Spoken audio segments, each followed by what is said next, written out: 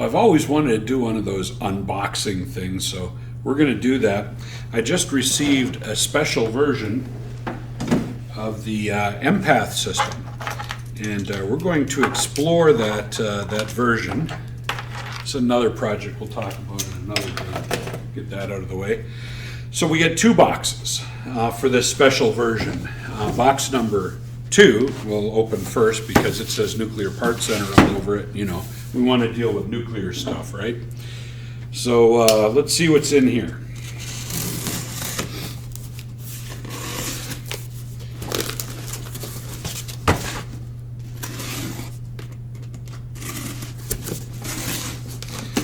This will end up being carried another way. And again, like I said, new special edition. Of course, all kinds of paper and stuff. We'll clear that up later. Some type of PCB piezoelectrics. Let's see what those are. So we take this out and we open it up. And yes, it is. It is an accelerometer. I like accelerometers. So there is an accelerometer. There's 2 of them, as in vibration accelerometer. Relatively small. And look at that. Cables to go with the accelerometers for vibration. Did he just say vibration and an empath? Well, yeah. We'll have a little fun with that. So the rest of the unpacking, we'll take a look at the case that comes. So here is an empath system case.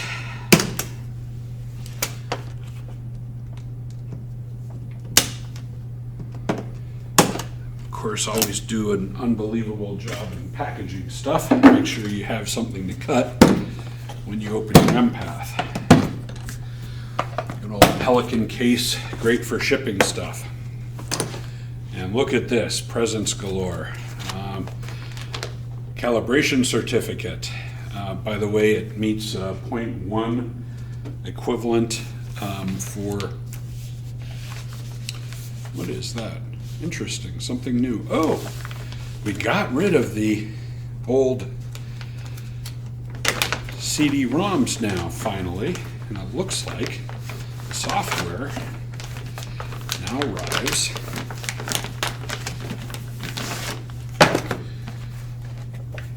on a USB.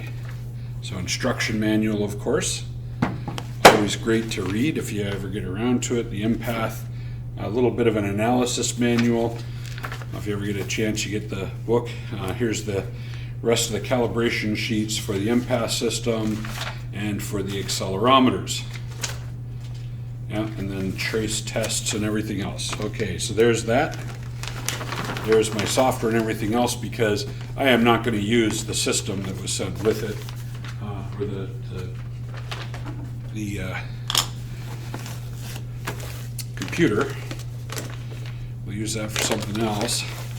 So I use one computer to cover everything. RDI, motion amplification, the works. So this is a good old-fashioned Dell. Take a look at that after. I think Bronca needs a new PC or a new laptop, so this will be hers. Yeah, nice little one here. Everything needed and everything's already loaded on board.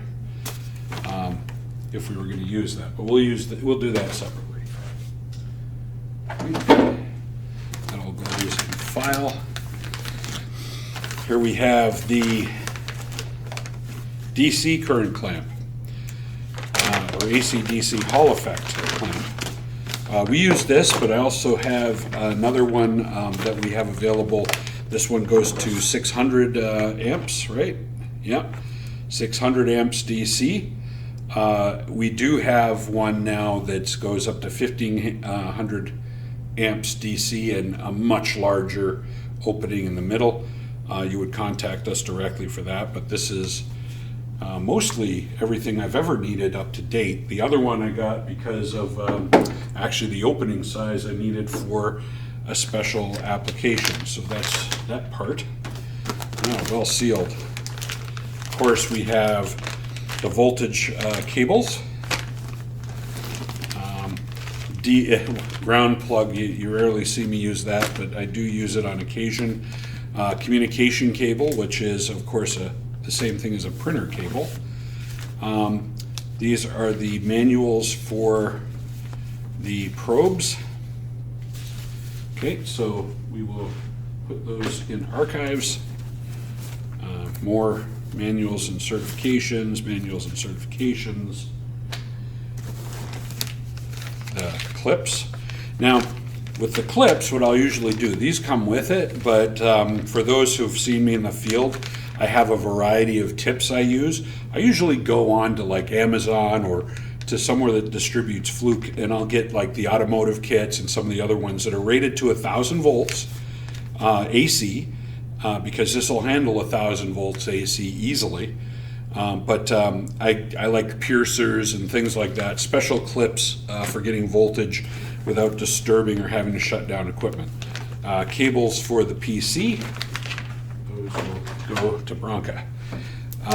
This is what I'm kind of really looking for, and there is the EMPATH box itself.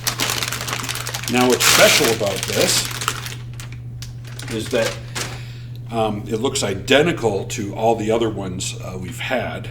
And this one, yeah, we've sold quite a few. We're up to this many, 375. So this here, the channels for current and voltage. Now, we always had 2 spare channels, and those 2 spare channels were pass-throughs. You could use anything. This one here, I went ahead and had them put together so I can connect my accelerometers to it. So these are designed to take the accelerometers.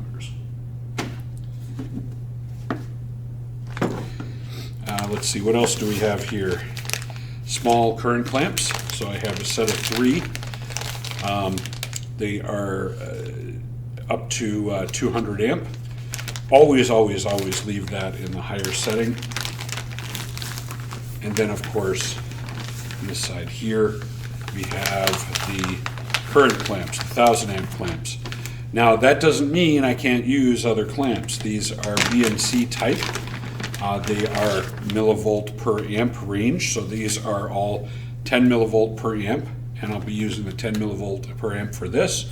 Usually 1 millivolt per amp for the DC clamp, but I also use Rogowski coils and other things for special applications, and those, of course, will use whatever the range is. In fact, one of the applications today, we had to permanently install some ID 6-inch by about 4-inch split core 5,000 amp CTs for the continuous monitoring system at high voltage application, and those were 333 milliamps per 5,000 volts, or a setting of 0.067 millivolts per amp, and that data came out perfectly. So again, here's my 1,000 amp capable clamps. Put those back. So I do like this case. I don't know, sometimes my other case is a little nicer, the flight bag, that's what I call it. And I'll carry this with me. Why not? Voltage clips again, tips, and that's basically the minimum required. So this stuff all goes into our library. By the way, the instruction manual itself, always sent as a hard copy in color. And of course, in the very back are all the shortcuts and other functions that go with it, all the little capabilities that I use on the fly, and really kind of, somebody will say, can you do this? Well, yeah, we can. Here's the last part here, having to do with the vibration capability here, and how it does everything. Now, it does everything in G's. We are in the process of developing a little kit to convert the G's over to inches per second or millimeters per second. So acceleration to that to mils or millimeters, and that's it. So with that, welcome to this version, and the big surprise is the ability to do vibration analysis. We'll cover more later. We're going to have lots of fun with that as we explore this.